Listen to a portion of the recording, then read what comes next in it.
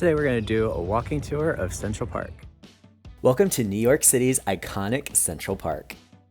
Today, I'm embarking on a memorable journey through this most incredible landmark. From the serene beauty of the Conservatory Garden to the captivating charm of Bow Bridge, we'll uncover gems off the beaten path and share fascinating stories along the way. So lace up your walking shoes because there's so much to explore.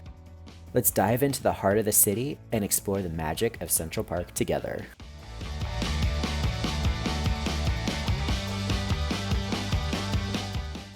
In this video, I'm walking from the bottom of the park at 59th Street up to the northern corner at 110th Street to show you some of the iconic and unusual sights in the world-famous green space in the middle of the largest city in the USA.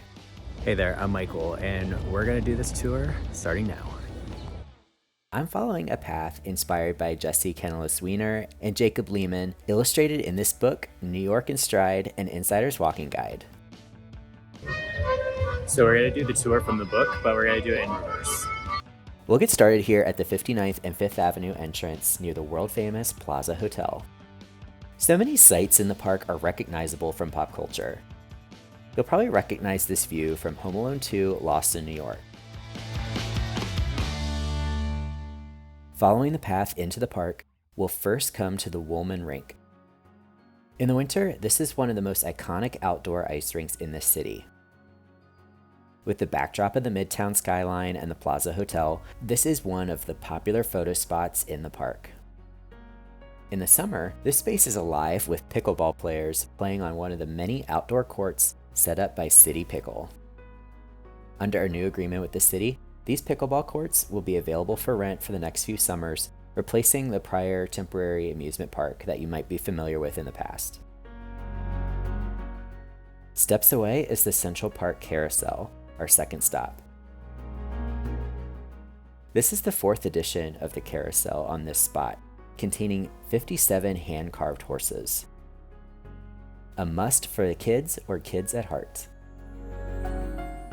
Past these ball fields is the Sheep's Meadow and the LPQ Cafe. Sheep's Meadow is a popular gathering spot for locals to meet up for picnics and sunbathing in the middle of the city. The clearing gives plenty of sunlight and room to play frisbee or catch. Can you believe back in the early 1900s that there used to be actual sheep grazing here? The Le Pain Cafe is one of the few places to grab quality food within the park and offers a lovely patio under the tree canopy. Down this path lined with azaleas, closer to the center of the park is the mall, one of the most formal and grand gathering points in the whole park. Street performers attract crowds along this promenade, along with sketch artists and hot dog vendors. It's said that this is the only straight path in the whole park. I tend to scurry through here quickly to arrive at the next point of interest, the Bethesda Terrace and Fountain.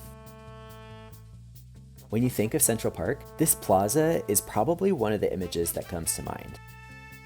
Under this colonnade that is meant to look like a nave of a church, musicians perform calming classical music, juxtaposed to the cacophony of sounds out on the plaza. As seen in many movies and TV shows, this plaza is a meeting point along the lake between several other icons, which we'll get to in a few minutes. The plaza itself is popular for taking photos with the backdrop of rowboats on the water and the elegant plaza fountain. Taking a few steps away from the plaza leads to the more serene vibe with the lush greenery and the high-rise towers overlooking the park. On the 5th Avenue side of the park is the Curbs Boathouse. On weekends, you can expect to see model sailboats gliding around the water as they have for decades on the Conservatory water. The boaters take this very seriously, and apparently these electric speedboats are not allowed. Pass by the whimsical Alice in Wonderland sculpture on our way to the next stop, the Central Park Boathouse. Having reopened post-pandemic, the Central Park Boathouse has a formal restaurant, banquet hall, and quick service cafe with patio seating and a view of the lake. Around the side is where you can rent rowboats by the hour. I've always wanted to do this, but it's time consuming and probably pretty tiring. But on a sunny day like today, it looks perfect.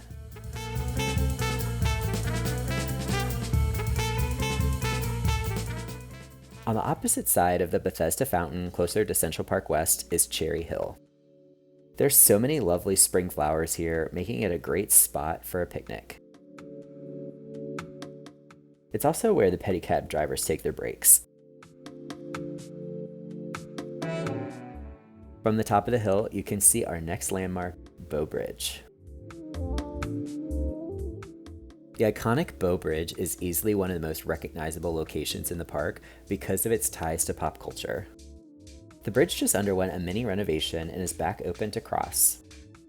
The ornate design is low to the water with gentle curves to allow the rowboats to pass underneath. It's a very romantic scene, and on this day, it was a sight for someone's engagement. There's so many wonderful little spots like this to take in the beauty of the lake area, and all of this is possible because of the Central Park Conservancy. By the way, we're only at 72nd Street, and we have a lot of ground left to cover. The park is 51 blocks long. Up the hill is the Ramble. The Ramble area refers to the winding paths through the thick greenery that leads north from Bow Bridge. This area feels very natural and rugged, but in fact, it's all man-made. Central Park was engineered and brought to life during the 1850s by design competition winners Olmsted and Vaugh, with the goal to have a city park appear as natural as possible. Architects brought elements inspired by gardens around the world to create the park we know today. This area certainly makes you feel like you're upstate or somewhere other than the middle of Manhattan. Up these stairs is the Belvedere Castle. The castle sits on the second highest natural point in the park, providing expansive views of the Upper East and Upper West sides of Manhattan and the Turtle Pond down below. At one point, this served as an office for the Weather Service to measure the temperature, wind, and rainfall in the park. If you're enjoying this walk, make sure to subscribe to not miss my future videos. Down these stairs is the Shakespeare Garden. I've overlooked this many times before and wouldn't have realized it was here without the guidebook. The lovely orange and purple flowering plants densely line the stone path as it slopes in a zigzag down this hill. I saw several photographers capturing the flowers in this amazing mid-morning sunlight. Aren't these flowers so peculiar? There are a few benches here to enjoy the garden and rest up before we continue our walk. At the base of the garden is this wooden cottage, which is the home of the Swedish Cottage Marionette Theater. There are typically 2 shows a day here where you can catch the marionette puppets in action performing children's stories. The building was initially built for an exposition in Philadelphia and is registered as a National Historic Landmark, having been in this location in the park since the 1940s. We wind our way north past these public restrooms and the Great Lawn towards the Museum Mile on the 5th Avenue side of the park. The obelisk is known as Cleopatra's Needle and is 220 tons and 69 feet tall. This is one single piece of granite, and this Egyptian art is covered in hieroglyphics, originating from the area near present-day Cairo around 1425 BC. It has a twin that is currently on display in London. The obelisk has been in Central Park behind the Met since 1881. Speaking of the Met, one of the largest museums anywhere is located here on 5th Avenue within the park limits. I happened to walk by a few days before the annual Met Gala benefit, so normally all these tents aren't here. The Met architecture is so unique because it started as a small building that has been continuously expanded on all sides over the decades. The last time I was at the Met, I could barely see the whole first floor before hours had gone by. Up the street is the Guggenheim Museum, with its architecturally unique cylindrical design. The museum displays impressionist and contemporary art. While technically outside the park, it's certainly visible from our walking path up towards the top of the park. What do you think of these tall and skinny billionaires' row towers? They're very interesting. After passing by the statue of Alexander Hamilton, the father of American finance and the namesake of the hit Broadway musical, we arrive in the area of the park I've never been to before, the Arthur Ross Pine Tum. This arboretum has 17 varieties of pine trees and certainly feels more like a pine forest than when we were back at the Ramble. A very rustic park within a park. For reference, we're just below the 86th Street Traverse. These 4 traverse roads allow traffic to move across the park almost unnoticed below the core features of the parkland. We're now at the Jacqueline Kennedy Onassis Reservoir. I've never been this far north in the park before, and I can't believe I've missed out on this. The reservoir is surrounded by a gravel running path, which is very popular with locals since tourists don't typically make it this far up.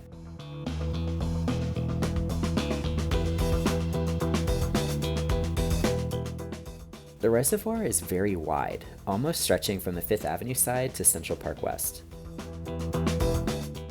From the north end of the reservoir, there's an incredible view of Midtown Manhattan's skyline, where with calm waters provides a beautiful reflection.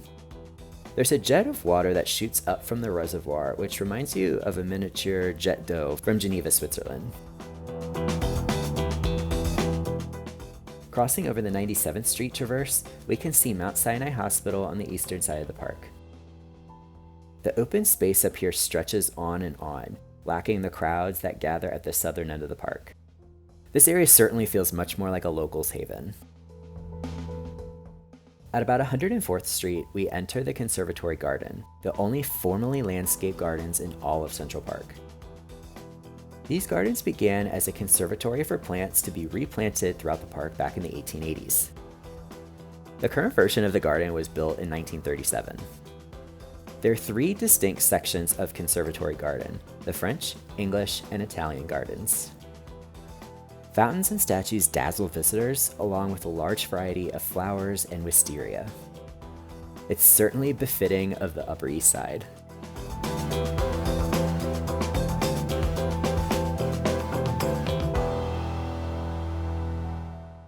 The Harlem Mirror stretches to 110th Street from the north end of Conservatory Gardens.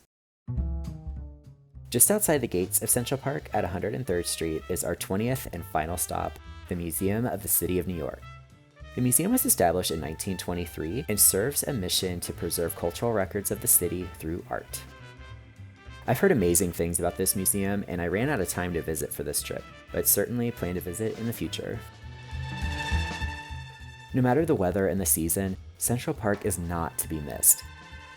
I'm constantly finding new things to explore in this greatest of public spaces. These are by no means the only sights to see in the park. You may be interested in seeing the Central Park Zoo, dining at Tavern on the Green, visiting the memorial marker of Seneca Village, or listening to Beatles cover bands play at Strawberry Fields near the Dakota. The paths are seemingly endless, and there's no shortage of ways to enjoy the park. Check out one of these videos next, and happy walking!